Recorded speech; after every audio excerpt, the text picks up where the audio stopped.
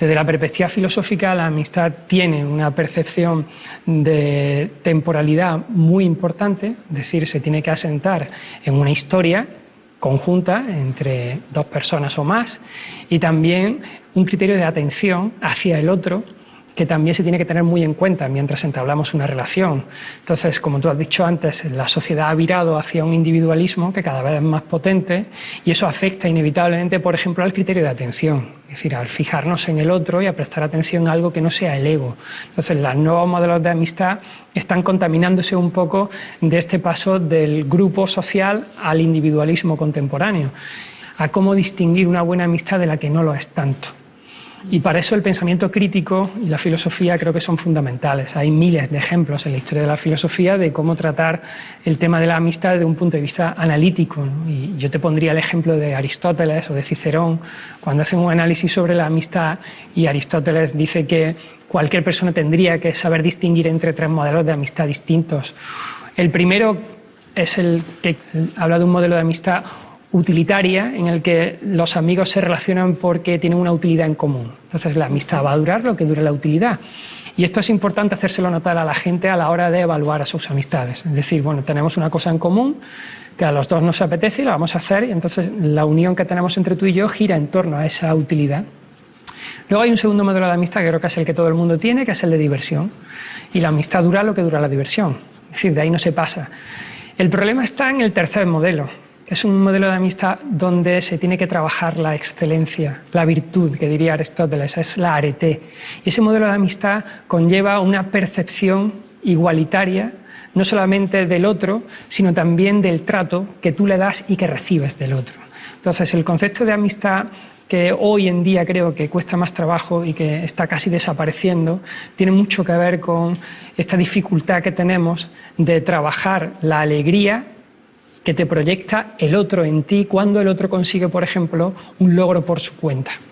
Es decir, esa honestidad de sentir que te valoran a ti igual que tú valoras al otro, que las alegrías tuyas son compartidas por otro, es cada vez más complicada. Aristóteles también dice una cosa muy interesante, y es que somos animales políticos. Animal es la parte más biológica, pero político viene de polis, y es que necesitamos del grupo para desarrollarnos.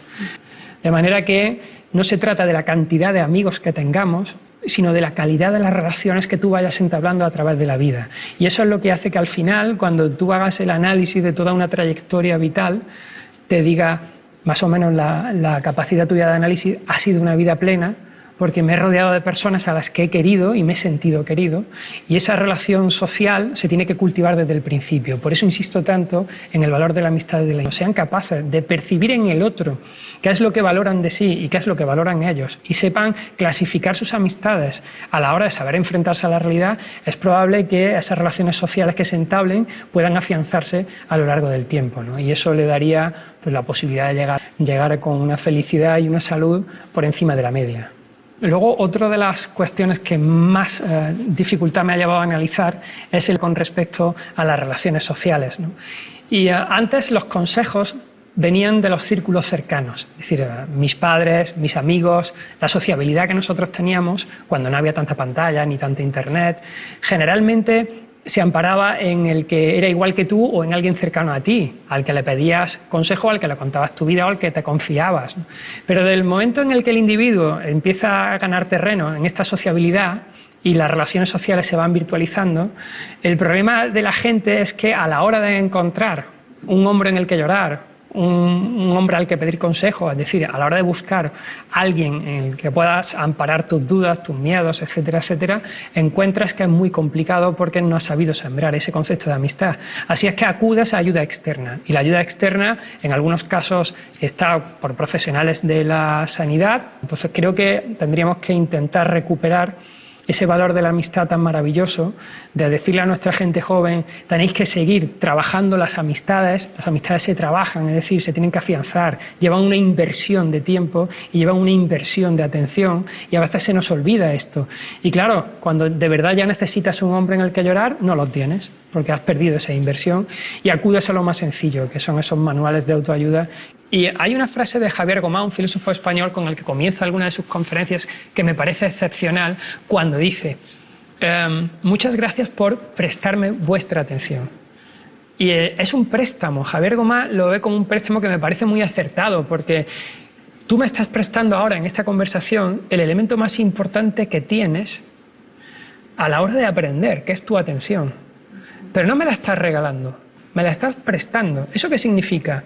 Que yo tengo que tener en cuenta que me estás dando un utensilio fundamental de tu vida para que yo lo utilice de tal manera que cuando te la devuelva, tu atención vaya enriquecida.